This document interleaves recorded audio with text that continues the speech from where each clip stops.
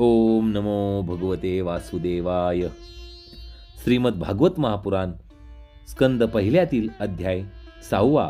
नारदांच्या पूर्वचरित्राचा उरलेला भाग. सूत पुढे म्हणाले, देवर्षी नारदांची जन्म आणि साधनेची कथा ऐकून सत्यवती पुत्र भगवान श्री व्यासांनी पुन्हा त्यांना प्रश्न केला. व्यास म्हणाले, आपल्याला ज्ञान उपदेश करणारे महात्मे जेव्हा दुसरीकडे गेले तेव्हा आपण काय केले?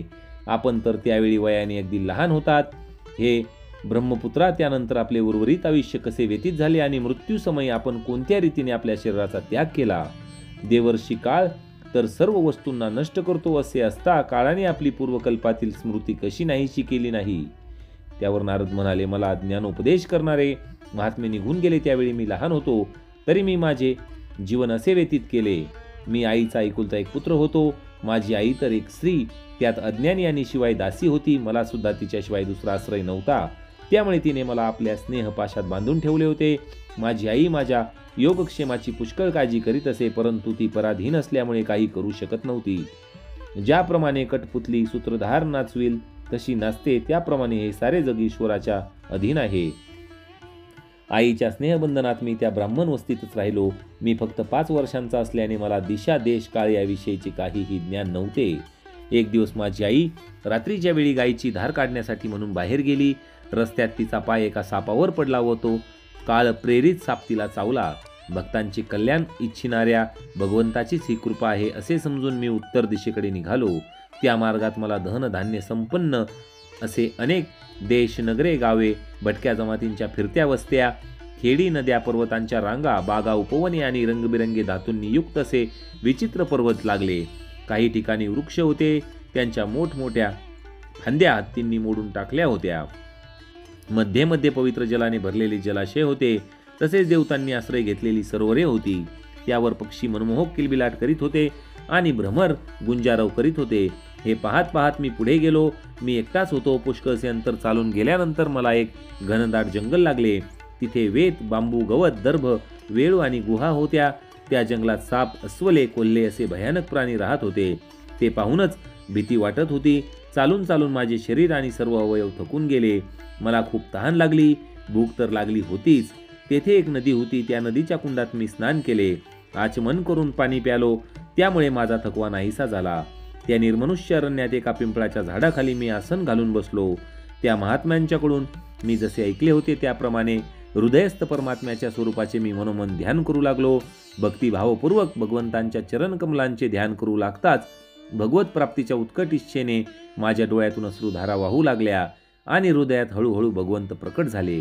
व्यासमुनी प्रेमभावाचा अत्यंत उद्रेक झाल्याने माझे सर्वांग पुलकित झाले.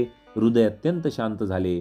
त्या आनंदाच्या पुरात मी असाच बुडून गेलो की मला माझे आणि ध्येय वस्तूचेही भान राहिले नाही. भगवंतांचे ते अनिवर्चनीय रूप सर्व प्रकारच्या शोकांचा नाश करणारे आणि मनाला अत्यंत भावणारे असे होते. ते एकाएकी दिसेनासे झाल्याने मी दुःखी झालो आणि निराश होऊन आसनावरून उठून उभा राहिलो. मला पुन्हा त्या स्वरूपाच्या दर्शनाची इच्छा झाली होती, परंतु मन हृदयात स्थिर करून पुन्हा पुन्हा प्रयत्न करूनही मी ते स्वरूप पाहू शकलो नाही. मी अतृप्त असल्याने व्याकुळ झाल्यासारखा झालो. अशा प्रकारे निर्जन वनात मला प्रयत्न करताना पाहून वाणीला विषय न होणारे स्वतः भगवंत धीर, गंभीर आणि मधुर वाणीने माझा शोक नाहीसा करीत मला म्हणाले, खेदाची गोष्ट म्हणजे तू या जन्मात माझे दर्शन करू शकणार नाहीस. ज्यांच्या वासना पूर्णतः नाहीशा झाल्या नाहीत त्या अपरिपक्व योगी लोकांना माझे दर्शन अत्यंत दुर्लभ आहे. हे निष्पाप बालका, तुझ्या हृदयात मला प्राप्त करण्याची जिज्ञासा जागृत करण्यासाठी म्हणूनच मी तुला एक वेळ माझ्या रूपाची झलक दाखविली. मला प्राप्त करण्याची आकांक्षा असलेले साधक आपल्या हृदयातील सर्व वासनांचा हळूहळू त्याग करतात. संतांच्या अल्पकाळ केलेल्या सेवेमुळेही तुझी चित्तवृत्ती माझ्यामध्ये स्थिर झाली. तू आता या मलिन शरीराला सोडून माझ्या पार्षद होशील. मला प्राप्त करण्याचा तुझा हा दृढ निश्चय कदापि ढळणार नाही. सृष्टीचा प्रलय झाल्यानंतरही माझ्या कृपेने तुझी स्मृती टिकून राहील. आकाशासारखा अव्यक्त असणारा सर्वशक्तिमान महान परमात्मा इतके बोलून स्तब्ध झाला. त्याच्या त्या कृपेचा अनुभव घेऊन मी त्या सर्वश्रेष्ठ अशा भगवंतांना मस्तक लावून नमस्कार केला. त्यावेळेपासून मी लज्जा संकोच सोडून भगवंतांच्या अत्यंत रहस्यमय अशा मंगलनामाचे कीर्तन करीत त्यांच्या चरित्राचे स्मरण करू लागलो. इच्छा, आकांक्षा आणि मदमत्सर माझ्या हृदयातून अगोदरच नाहीसे झाले होते. आता मी आनंदाने मृत्यूची प्रतीक्षा करीत पृथ्वीवर भ्रमण करू लागलो. अशा प्रकारे भगवंताच्या कृपेने माझे हृदय शुद्ध झाले, आसक्ती नाहीशी झाली आणि मी श्रीकृष्णपरायण झालो. आकाशात एकाएकी वीज चमकावी त्याप्रमाणे योग्य समयी मला मृत्यू आला. माझी प्रारब्ध कर्मे संपल्यानंतर मला शुद्ध भगवत पार्षद शरीर प्राप्त होण्याची वेळ आली. तेव्हा माझे पंचमहाभूतांनी बनलेले शरीर पडले. कल्पाच्या अंती जेव्हा भगवान नारायणांनी प्रलयकालीन समुद्रात शयन करण्याचे ठरवले, त्याच वेळी ब्रह्मदेव त्यांच्या हृदयात शयन करण्याच्या इच्छेने ही सारी सृष्टी स्वतःमध्ये विलीन करून प्रवेश करू लागले. तेव्हा त्यांच्या श्वासाबरोबर मीही त्यांच्या हृदयात प्रवेश केला. 1000 चतुर्युगी संपल्यानंतर जेव्हा ब्रह्मदेव जागे झाले आणि त्यांनी सृष्टी निर्माण करण्याची इच्छा केली, तेव्हा त्यांच्या इंद्रियातूनच मरीची आदी ऋषींसह मीही प्रगट झालो. तेव्हापासून भगवंतांच्या कृपेने मी वैकुंठ आदी तिन्ही लोकांच्या आत आणि बाहेर निर्धास्तपणे संचार करीत असतो. भगवतजन हे माझ्या जीवनाचे व्रत असून ते अखंडपणे चालू असते. भगवंतांनी दिलेल्या या स्वर ब्रह्म विभूषित विनेवर तान छेडीत मी त्यांच्या लीलांचे गायन करीत सर्वत्र संचार करतो.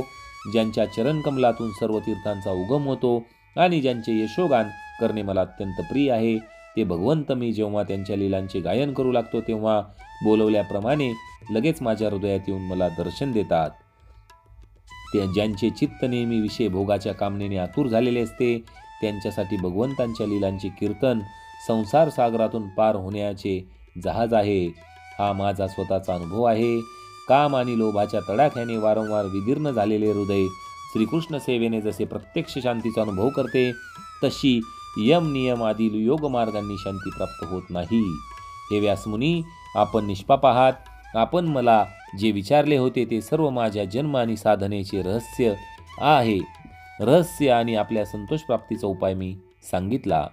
सूत म्हणाले, देवर्षी नारदांनी व्यासांना अशा प्रकारे सांगितले आणि त्यांची अनुमती घेऊन वीणा वाजवीत स्वच्छंदपणाने विचरण करण्यासाठी ते निघून गेले. अहो, हे देवर्षी नारद धन्य आहेत, कारण शाटपाणी भगवंतांची कीर्ती आपल्या वीणेवर गाऊन ते स्वतः आनंदमग्न तर होतातच, पण त्याचबरोबर त्रितापांनी पोळलेल्या या जगालाही ते आनंदित करतात.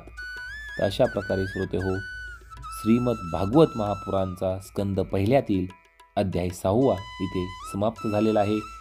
पुढील अध्याय असणार आहे 7. त्यामध्ये आपण पाहणार आहोत अश्वत्थाम्याचे द्रौपदीच्या पुत्रांना मारणे आणि अर्जुनाकडून अश्वत्थाम्याची मानहानी याविषयीची सविस्तर कथा आपण पुढील अध्यायात पाहणार आहोत. कमेंट्समध्ये ओम नमो भगवते वासुदेवाय लिहायला विसरू नका.